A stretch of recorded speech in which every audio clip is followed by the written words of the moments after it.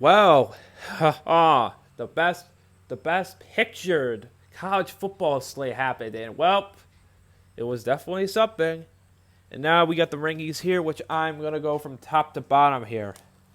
First up, 25 Arizona State, 24 Virginia, 23 BYU, 22 Illinois, 21 Notre Dame, 20 Michigan, 19 Missouri, 18 Florida State, 17 Georgia Tech, 16 Vanderbilt, 15 Tennessee, 14 Iowa State, 13 LSU, 12 Georgia, 11 Texas Tech, 10 Alabama, 9 Texas, 8 Indiana, 7 Penn State, 6 Texas A&M, 5 Oklahoma, 4 Ole Miss, 3 Miami, 2 Oregon, 1 Ohio State.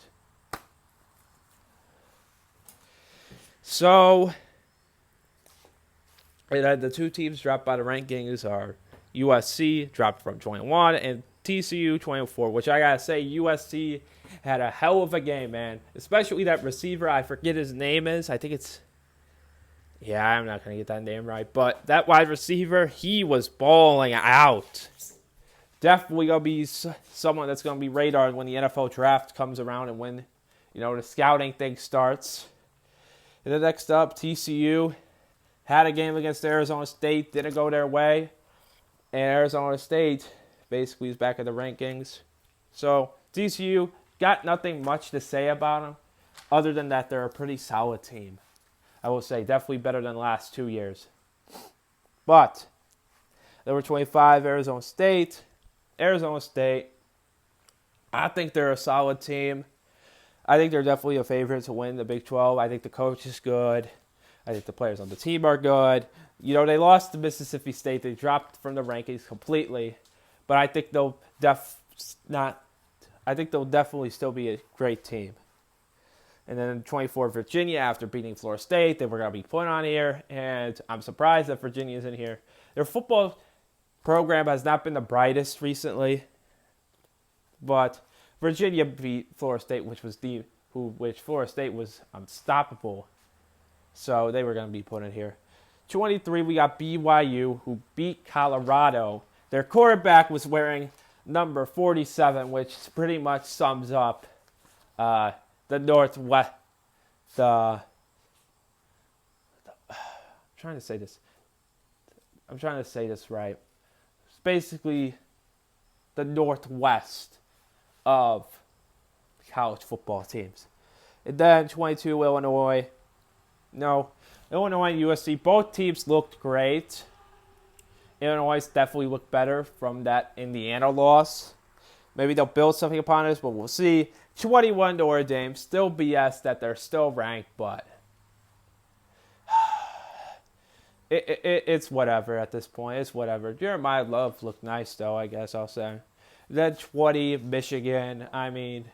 Michigan, I don't think they played anyone this week. I think it was their bye week. But Michigan, I really got nothing to say on them.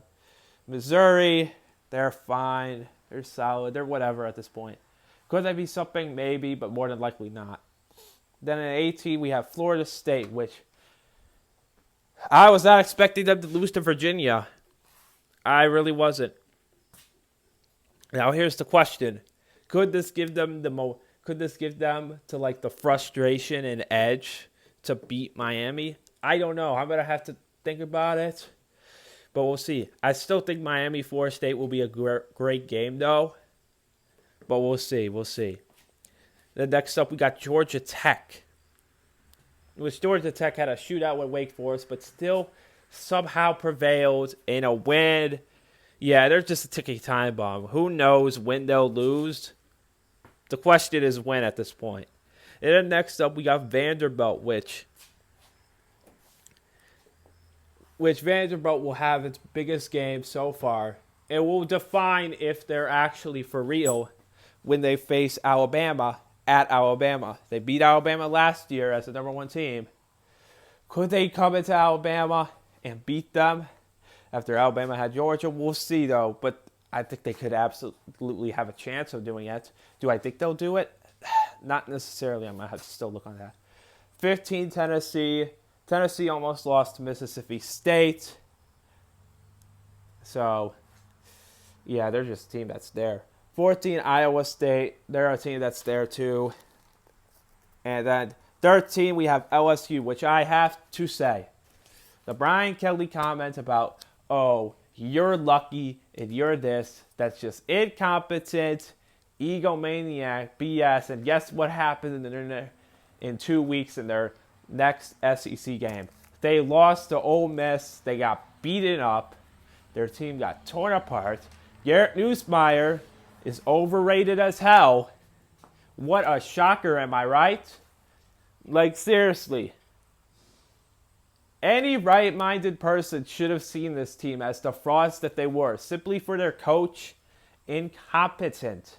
When that press conference happened, you should have known that this was going to be a ticking time bomb of win and will they lose. And guess what happened 2 weeks later? They lost and they're back in incompetent ways.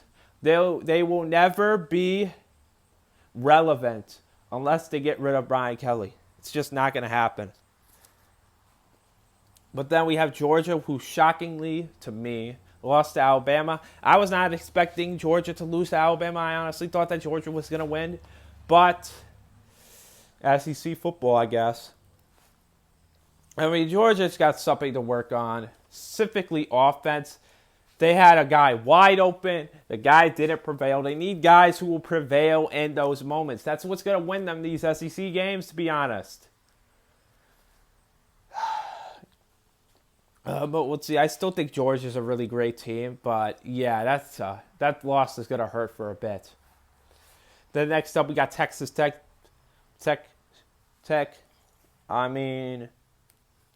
Texas Tech has been looking good, solid. Question is, can they win the Big 12, and will they? That'll be something to look into. And 10, Alabama. Yeah, Alabama's back. Alabama's back. I mean, Ty Simpson's the real deal. Ryan Williams had a drop early in the game, and then he bounced back. I mean, Alabama just... I guess that Florida State loss is what they needed for them to reset, because they have looked like a completely different team. It's like what the Lions did against the Packers, and the Lions have been doing great ever since then. Like Alabama and the Lions are almost like the same team. They both get embarrassingly defeated as a visitor team, and then they bounce back into extreme heights and get big games, which the Lions, they beat the Ravens, and Alabama beat Georgia. I think this is a good contrast between them. Then next up, we got Texas. I got nothing really to say about Texas other than Arch Manning is overrated as hell, and the media should get off his you-know-what. And then next up, Indiana. I mean, Indiana, they blew Illinois out of the water. They were going to stay there anyway. And then Penn State. Penn State.